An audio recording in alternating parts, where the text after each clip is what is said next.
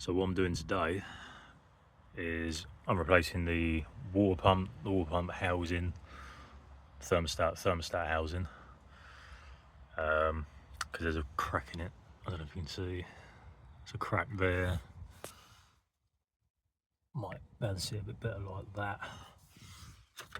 And I've had to top up about a litre after every drive, which is only about 3 or 4 miles. So this is what I found it to be. As you can see, I've already taken all the bumper, the aircon condenser, radio, everything out.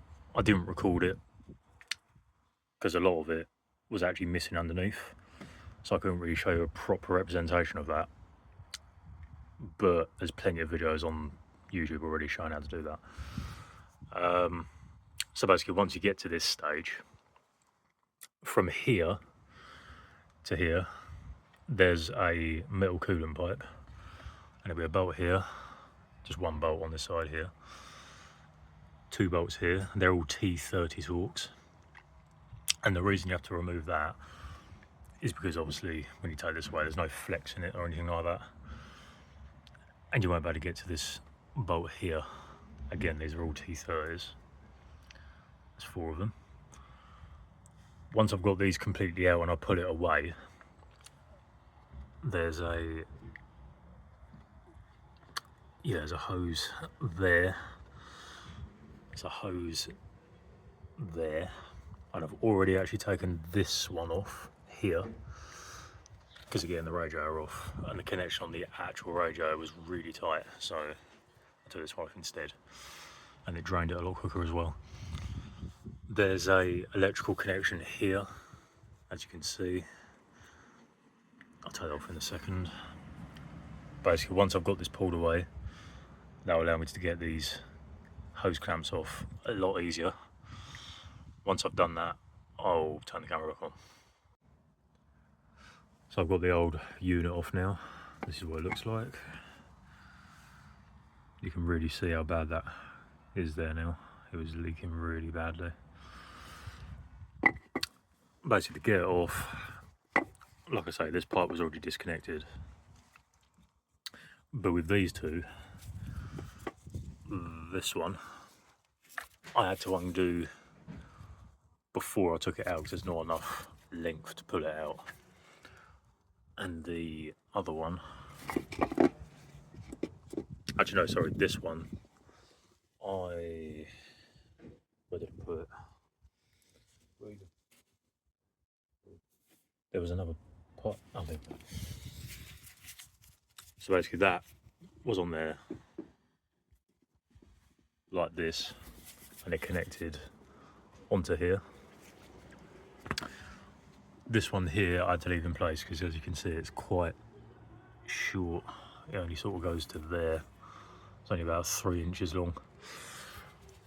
But yeah, once you've undone those, this O-ring here, this O-ring here, this gasket here, and this gasket here need to be replaced. This is what they all look like. This is the new one. It comes as a complete unit. When you're putting this on, the water pump is actually shaft driven, and it's hexagonal, and it goes in there on that shaft there. You might have to spin the water pump a little bit to get it to line up, and it shouldn't be too difficult to get in there really. I sprayed a little bit of WD-40 on the O-rings here to get them in, and it will make this slide in a little bit better. And I'll probably do the same for the pipes once it gets in there as well. You just got to be careful with this vacuum line here and this electrical connection here, make sure it's routed properly. On my particular one, the vacuum line was actually sort of sitting in between here, but I'll see if it needs to go back there or not, or if there's a better route for that. Once I've done that, I'll turn the camera back on again. So by and large, it's all in and plumbed in. This metal pipe's in, all of this is bolted up. It took a bit of trial and error because the water pump is shaft driven, like I say, and you have to sort of try and get it in and twist it in increments, try and get it in there, but it shouldn't be too hard to get in there. It was all pushed in, so these T30s, these four, they are 10 newton meters plus 90 degrees. These 3 bolts for the metal coolant pipe, they're 12 newton meters. As for the pipes, it was actually easier to leave this shorter pipe on and then put this clip on afterwards. As I found out, I had to take it off many times. Really difficult, but it's the best way to do it. This pipe I put on afterwards as well. That's not too bad to do. And then this pipe I actually managed to get off of the radiator, so I can go on here now, which is the easiest one. The electrical connection is back in. Essentially all it is now is putting the radiator back in. So there's the bottom hose here, the top hose here, and then it slides into here. And then there's 2 plastic sort of dowels that go down through. I'll show you that in a bit. I'll turn the camera back on once I've done that. Right, so I've skipped ahead quite a bit as usual, but these are the dowels I'm talking about. And let's just push down in on both sides. There's the other one on the other side. As you can see, like I said, I've skipped ahead a lot because I didn't show it coming off. But basically now,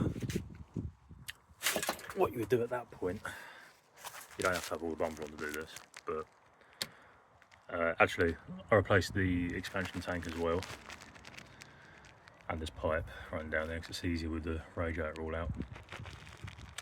It's literally just these 2 bolts, 2 nuts here, and underneath there's an electrical connection, and it just sits in like a grommet.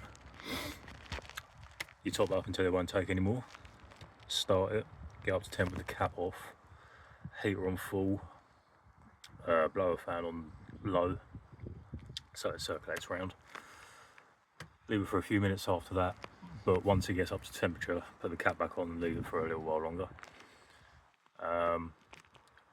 Once I've got all the wheels on and stuff, I'll top this back up to the max, drive it around, let it cool down and check it again. That's pretty much all I can show you at the minute. But like I say, taking all this front off and everything, there's plenty of videos that will show it better than me anyway. That's it.